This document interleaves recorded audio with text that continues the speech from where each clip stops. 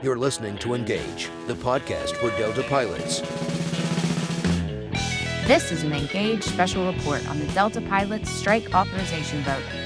Today's guests, Captain Jason Ambrosi, MEC Chairman, Captain Bill Bartels, Executive Vice President for ALPA National, and former UNA pilot, Captain Ben Wallander. Here's your host, Ryan Argenta.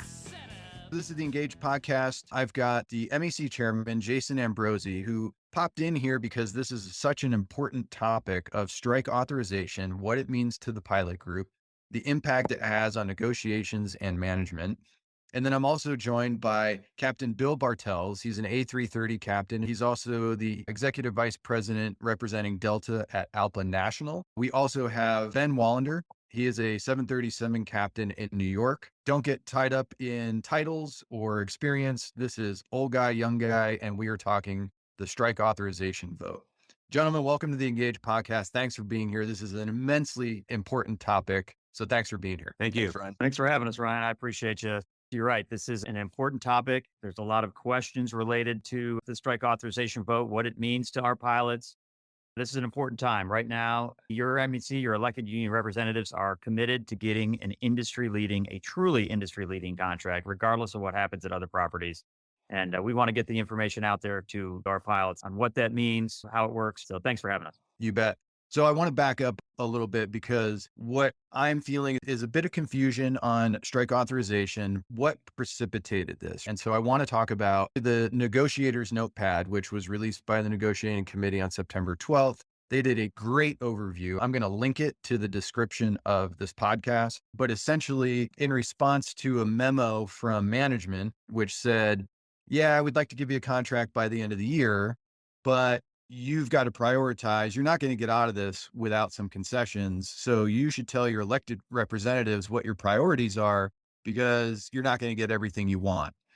And with the leverage we have and the position we have in the industry and what we've done as pilots for Delta to be those leaders at Delta through the pandemic, the pilot group has spoken loudly that it is time we can get quality of life compensation in a truly industry leading contract. The negotiator notepad responded to that. The MEC responded in a unity letter. You should also read that. That was pretty money. That was probably one of the best letters I've seen from the MEC in my time at Delta. But in any case, their response is saying the company needs to prioritize their asks because of 50 asks. The company's asking 2/3 of those, right? So there's a little bit of frustration. There's some friction at the table. Progress is slow. So we are now escalating our messaging to show that the pilot group is united, that the pilot group demands an industry leading contract, and a strike authorization vote is one means to show that unity and to show management, hey, we are united and we are willing to strike if you don't show good faith at the table. How does that sound? Jason Ambrosi, MEC Chairman. There's a lot there. So it goes back even further than the memo that you addressed and the negotiator notepad. It's been over 2.5 years since our contract was amendable. Yes, COVID was real. The pandemic was real, but little progress was made prior to the pandemic. There should have been more progress before that. We've been back at the table since January. Yes, we've closed 28 sessions of the contract. There has been some progress. The summer's over. It's time to keep the ball moving here. So as you said, the company has been insisting on some productivity issues. Our pilots understand how bad the schedules have been, how bad things have been. I mean, if we look back at 2018, it's a totally different airline. It's not just about a pay raise. It's about a comprehensive agreement. Our negotiating team is doing their part, showing up every week, willing to put the effort in to work with the company to come to an agreement. But it's not going to be some half agreement or something that doesn't address the concerns of the Delta pilots. So this is long coming. Our pilots are tired. They're ready for a comprehensive industry-leading agreement. And the next step in the process is a strike authorization vote. It sends that signal that you address that it's time. The pilots are unified. And if necessary, does it mean we're going on strike tomorrow? Absolutely not. It means you're giving the negotiating committee the much needed leverage at the table. Jason, I think the railway workers might be a good example here where they voted in favor of a strike authorization vote. That gave their negotiators leverage, huge leverage at the table to the point where they got a pretty stellar contract. They got their asks just hours before they had to go on strike. Is that comparable to what we're up against? Absolutely. As we've said, our goal is not to go on strike. Our goal is to provide leverage to the negotiating committee. That is a perfect textbook example of how it works. That drives the company to know we're serious. The pilots are behind us. In that case, the rail workers were behind them. They got serious at the end game because the company knew that they would go the distance if needed. If the company knows that the pilots are willing to go the distance, it's much more likely they'll reach an agreement in a quicker time frame. On top of that, it was encouraging that the support for labor that came from this administration and the government. It clearly signals what used to be in the old days that there's no chance of going on strike is not correct. Yeah. In fact, the Wall Street Journal reported the labor secretary himself actually helped broker this deal to avoid a strike because it would impact supply chain issues. And to be part of the Railway Labor Act, which we fall under, is really the same deal. They're not going to let an airline disrupt supply chain issues. This administration has been very pro-labor, and that is to our advantage.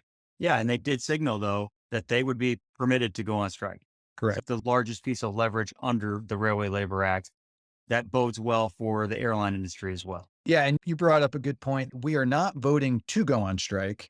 We are voting to show that unity, to show that resolve, that we're galvanized. Those are words that are backed by a very actionable result. And that is, if needed, we will go on strike. But we hope we never get there. Absolutely. Again, having a huge number on the strike authorization ballot sends this clear signal to management that the pilots are speaking, that the pilots absolutely support the positions at the negotiating table, that there is no disconnect between the union and the pilot group, that the pilot group is 100% behind the union. You've said before in previous podcasts, and I know you're going to say it again, but no concessions on a contract. Yeah, absolutely. Agreed. We've heard loud and clear from the pilots that this is not a concessionary agreement. So we're working very hard to make sure that it's everything the pilots want. Great. Thank you for that. I do want to segue and mention that we've gotten an immense amount of feedback from the pilots about this strike authorization, about the talk, about the lackluster progress at the table from the company. This is for all pilots, but the majority of the pilot group have never experienced a strike. They've never been in the industry when another airline strike within some reasons. We have Alaska Air this year did a strike authorization vote. They voted a strike authorization on a Friday, and management was back at the table negotiating with them on Monday. We'll get there in a second. But a lot of feedback from our new hires, which really we have 2,500 new hires in the past 2.5 years. And so there's a lot of questions from new hires. And so this is for you. And I do have specific questions from actual new hires. We'll get to that in a second. But in my mind, the MEC voted unanimously back in August to allow a strike authorization. So that was strike authorization vote number 1. That was your elected reps who voted yes, which is saying, if necessary, you can then ask the pilots for their individual vote, which will then show management how united the pilot group is. So now my understanding is now your elected representatives are saying, we're approaching that time that we need to get the pilots to vote. Maximum participation, voter turnout is essential. And B, we want a yes vote to demonstrate, hey, we've had enough. Jason, can you speak to that? Ryan, that's a great question. The MEC signaled loud and clear through a resolution that they're serious and that a strike authorization is absolutely on the table. So your reps are currently evaluating it, and I expect to just right around the corner them to authorize me to exercise that ballot on their behalf for the Delta pilot. How important is voter turnout? How important is that participation that we get every pilot to vote, whether it's yes or no? I'll kick that off, and then Bill can piggyback on that because he was there in 98 at Northwest for this exact same process. It's essential. The company will commonly say that the union is only representing a small segment of the pilots, the most angry segment of the pilots, that we're out of touch with a vast majority of our members. This is a way of saying absolutely not. You saw the turnouts we've had at our picket. Those record turnouts for Delta pilots. That sends that signal that no, it's not only a small fraction. The next step from that is this strike authorization vote. It needs to be 100% and as close to that number in favor of it to send the company the message that, yes, the pilots absolutely support the negotiating committee and the positions they have at the table. Again, it's not voting to go on strike. It's voting telling the company, we absolutely support our negotiating committee and what they're doing at the table. Bill, do you have anything you could add to that? It needs to be unequivocal. I mean, somebody may say, hey, 90% is good. What's wrong with 90? Why does it have to be 99? Well, because it has to be absolutely positively clear to the company that everybody is on board. Maybe some of those pilots that would vote yes may not be that enthusiastic about going on strike. But remember, the strike vote's two things. It's one thing to logistically authorize the process to get to a strike, but it also is message sending. It has to be a clear message. It becomes a muddled message very quickly as the percentage in favor diverts from 100%. I want to reverse the question here. So we understand what a yes vote signals. What does a no vote signal? And what does a no vote for an individual pilot signal to the company? It could mean a lot of things. A no vote could mean that they personally may not believe they're personally prepared, or they don't completely understand how the process works and the importance of the strike vote. It could mean you're going to have a few people who are philosophically opposed to going on strike. It could mean that there are people that may philosophically have more sensitivity to the company's position or concerns. The biggest piece of that, Ryan, is the education piece that pilots think that raising their hand and saying yes on a strike authorization vote means that we're going on strike or we're going on strike next week. Pilots need to understand that it is a step in the process. It is a signal that you're supporting your negotiating committee, and we still have to play by the rules under the Railway Labor Act. So it sounds like we're getting ahead of the curve here by taking the pulse of the pilot group, getting ahead to get the strike authorization vote. And management is going to realize that through this strike authorization vote. And again, bringing up those recent examples, Alaska Air, they had a strike authorization vote. They had 99% voter turnout and 96% voted in favor of a strike authorization. And 3 days later, they were back at the table and they're about to achieve a contract as well. Spirit went on strike, I believe it was for 5 days, and their management came back to the table and gave them their ask. So there's some historical reference here, and we're talking about 1998. Bill, I know that feels like yesterday for you, but that was an eternity for a lot of us. And so this is new for a lot of the pilot group, and this is why we're doing this. You mentioned preparing a strike fund. I spoke to a couple new hires at a pub event recently, and one said, I took a pay cut to be here at Delta.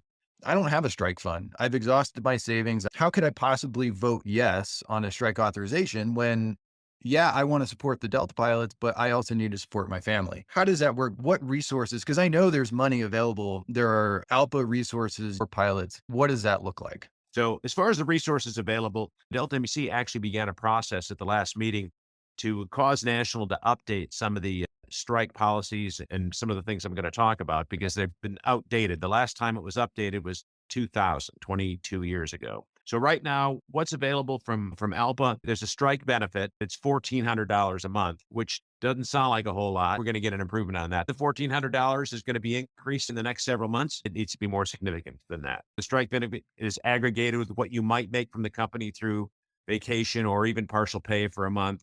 And then it becomes another negotiating priority to backfill that money that people didn't get paid, call it an additional retro to replace the income that was lost during the period. That's what happened in Northwest, but that wouldn't be an unheard of additional negotiating priority to come back to work if we actually got to be on strike. The most important thing about the strike vote is to send the message to maintain the leverage at the table and make sure the company is convinced that we're serious. So I'm not in a financial position to actually go on strike, and I'm hesitant to vote yes for one. I can be reassured that there is money. It's not a lot, but there is a monthly stipend. What about healthcare? Do you get COBRA? Yes.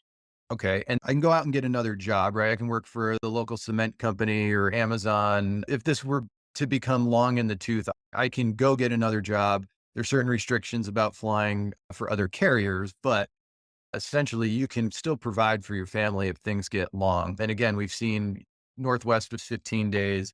Spirit was 5 days. I don't think we're going to get to that point, but I would not hesitate to vote yes because of the current financial situation, because looking for me, a 20, 25 year career, and for a new hire who might be looking at a 30 plus year career, the benefit of building this contract is so important that it's going to outweigh any financial loss in the short term. That's an absolutely valid perspective. You're looking for the long term, and I suspect that Ben could probably offer something on that because he's got the perspective. I think you're going to go there next, but you have to take the long perspective, the long view. Yes, it's going to be short-term pain.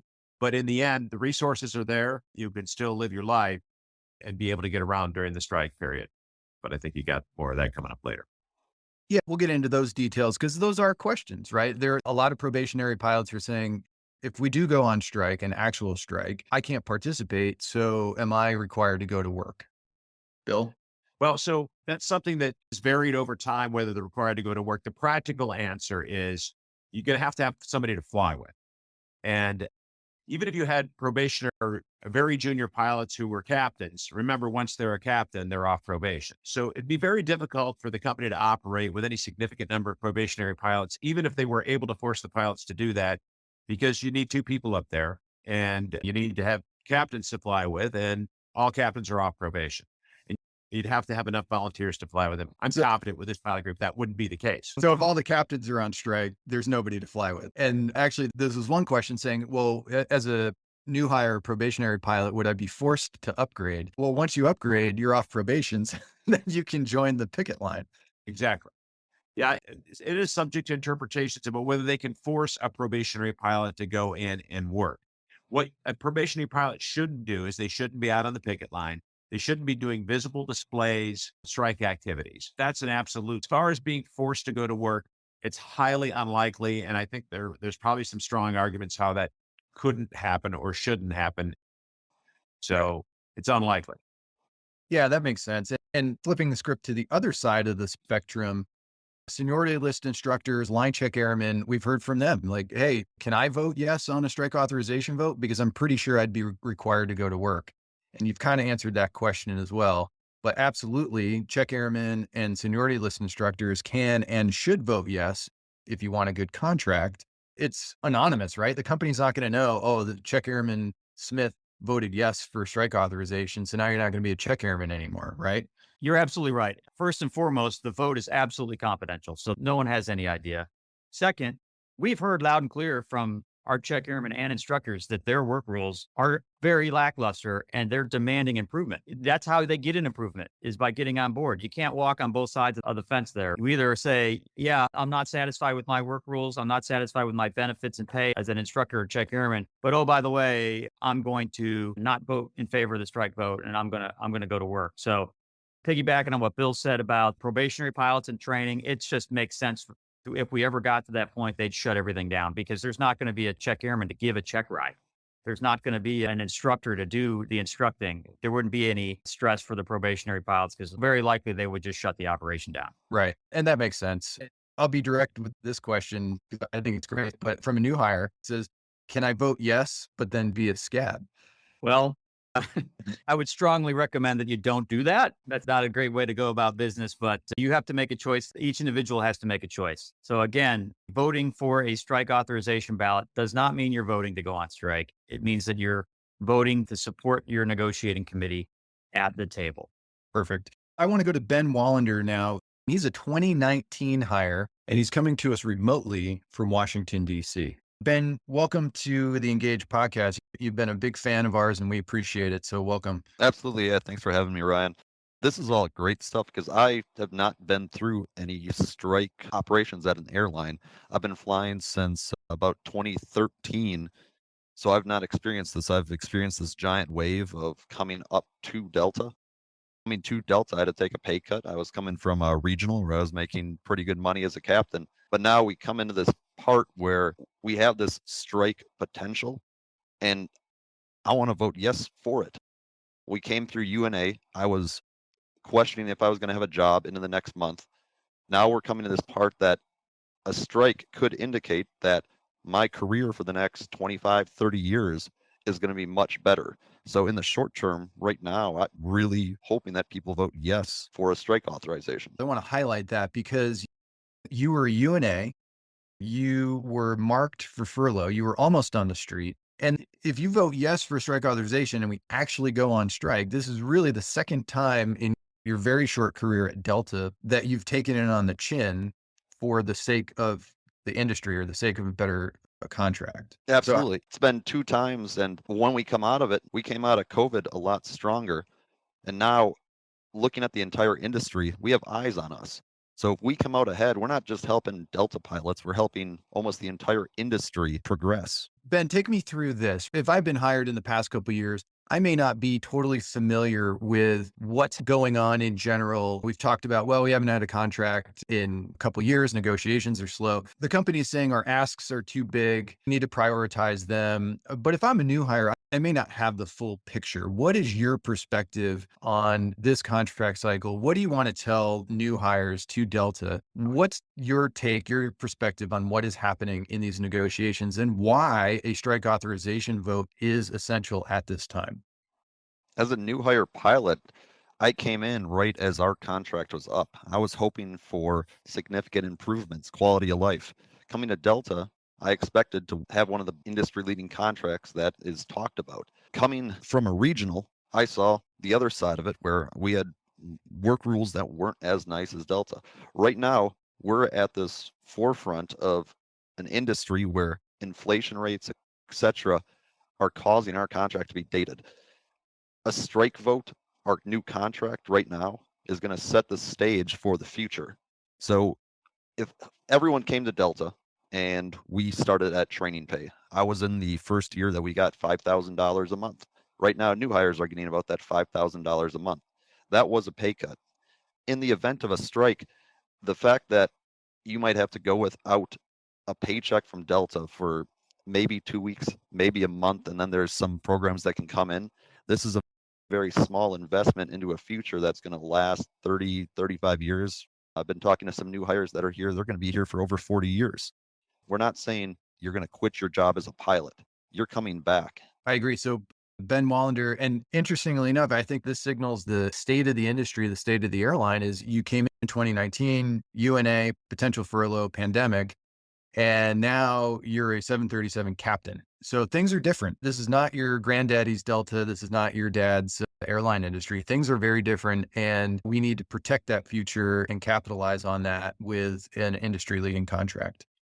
Absolutely. Coming out of UNA status to getting a captain bid within the year, it's things that nobody would have ever thought. We achieved things like positive space commuting. That saved me about 4 days a month that I got back at home in my own bed. I say it again, we're on the forefront of a fantastic contract that's going to set the stage for the next 30 years for pilots. Absolutely. Completely agree. The negotiators saying things are hung up on forced productivity, the company asking for us to give up payback days, to give up some unstacking rules. That's a bidding feature. That's another podcast you could listen to, PBS. And we're just not willing to give those things up. We've heard the feedback from an incredible amount of people. I didn't realize how important payback days were to the pilot group until they were on the table to be taken away and people have spoken up. So that's an important thing. Forced productivity in a time where we've already gone above and beyond to pick up overtime trips, to pick up extra trips, to help limp the company through this difficult time. And we're all willing to do it. We're all willing to step up,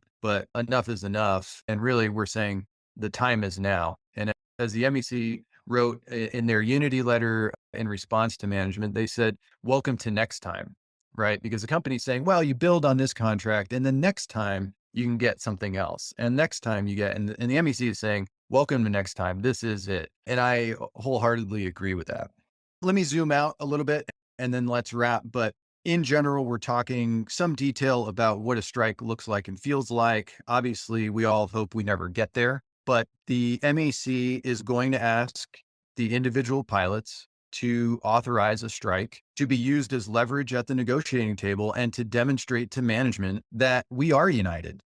So when the company shows up to the table and says, you know what, you're only representing the angry portion of the pilot group and you're not as galvanized as you think, 100% or 99% participation rate with a 95+% affirmative vote on strike certainly says, oh yeah, we sure do. We are unified. So this is our opportunity to demonstrate that and to show. So the MEC is going to ask the pilot group to vote individually on that'll be coming out. This is just step one of the information and the education. We've got the podcast. There will be some individual written comms that come out. You'll be getting a ton of information as we approach the opening of the window. And then within that window, more information will be coming out. Jason, can you change your vote? If I say, no, I don't vote for a strike, but then I get more information. I say, oh, okay. Yeah. Can I change my vote? Yeah, Ryan, absolutely. You can change your vote.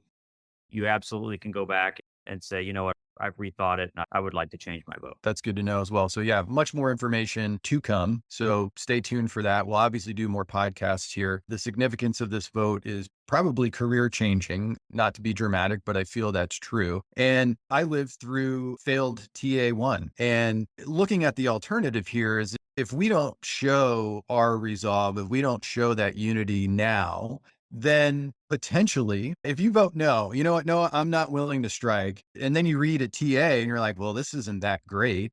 I'm a no vote on a TA. And now we're in a failed TA situation. I'll tell you, that was a difficult time to be part of this company when you're staring down what looked to be a sales job. It looked to be a snowball where you're just looking at it saying, this sucks. This is not good. And so you vote no. And now there's some ambiguity of how do you go back and renegotiate? What sections do you open up? And there's a lot of stress and some anxiety there about what is this contract going to look like? But what I'm saying is we do not want to get into a failed TA situation. This is the time to show that unity now, to just get the contract done, get it done as soon as we can, but to get that industry leading and that comprehensive package. Just to give a look back for me personally, Ryan, I was a young 20-something FO at ASA, Atlantic Southeast Airlines, when we were walking out there on the picket line and we had a strike authorization vote. And at the time, as a 20-something, then your goal is to get to Delta Airlines someday. And we knew it was the right thing to do at that point, regardless of age, because it is about improving the profession. It's about improving it for those that come behind us, those people that, as Ben said, have 30, 40-year careers there. So I voted in favor of it at ASA, and it significantly moved the needle to a successful contract. I know it can be frustrating or stressful for our most junior pilots, but it's about the dividend. It's about the potential to have this springboard you into a much better career for you and your family. Yeah. And I've encountered a lot of new hires, recent new hires, and all pilots alike through these pub events, through the podcast. But one thing that has come up, and I want to talk to probationary pilots who have said, I want to support my union. I want to participate, but I have to wear my hat and I can't wear the lanyard. And we recognize that. No one's looking at you with scorn. It's an assumed, and I've even said, hey, oh, are you on probation? Yeah, I'm on probation. Cool, man. You can still help out. And frankly, I want to call on the senior pilots for their leadership at this time, because the junior pilots, the new hires, they're looking to the senior pilots for that direction, for that leadership. And it's very noticeable when you wear your hat. It's very noticeable when you don't wear your green lanyard. And as ridiculous as it sounds, the company's counting. They're looking at a guy not wearing a green lanyard or a lady wearing her hat and saying, oh, that's a no vote on strike authorization. And that's a little dramatic, but I do want to call on those senior pilots, help mentor the new hires, talk them through why they should vote in favor, and really exercise that mentorship and let them make their own decision, because it is everybody's own decision. But I want to thank the probationary pilots. I want to acknowledge you for having that desire to participate. Again, throw a green lanyard on your bag, no big deal. And the senior pilots, I'm calling on you for that leadership. Jason, Ben, any last retacks? Just reiterating, this all comes back to a one unified voice looking for a better contract for the entire industry. So even as a new hire pilot that is facing one of the lowest paid times in their entire career, voting yes for this strike vote is going to better us into the future indefinitely. Very good. Jason Ambrosi, MEC Chairman. Well said, Ben. To summarize, it's a strike authorization ballot. It does not mean we're going on strike tomorrow. We still work through the process of the Railway Labor Act. It does mean that at some point, if the company refuses to bargain in good faith, the National Mediation Board says, we've reached an impasse, both sides can't come to an agreement, and we've expired a 30-day cooling off period, then yes, we have the ability to go on strike. But you're not voting to go on strike. You're giving the negotiating committee the much needed leverage they need at the table. You hear some buzzwords, Ryan, like unity, solidarity. Those are real. You send the message that this pilot group is unified and unified behind their negotiating committee at the table, unified behind their elected union representatives. You really do have an opportunity to move the needle and get a truly industry-leading contract that our pilots have earned. It's not just taglines, folks. This is real stuff. And you're helping the industry. You're helping Delta pilots. Jason Ambrosi, MEC Chairman, Bill Bartels, Executive Vice President, and Ben Wallander, Captain Ben Wallander. Thank you so much for being here. We appreciate it. Thanks, Ryan. Thanks, Ryan. Appreciate your work. Thank you. This has been Engaged, the podcast for Delta pilots. Thanks for listening. My name is Ryan Argenta. Stay safe and keep the rubber on the road. You're listening to Engage, the podcast for Delta pilots. Follow us on Spotify, Apple Podcasts, or your favorite podcast platform, and receive notifications when a new episode is available.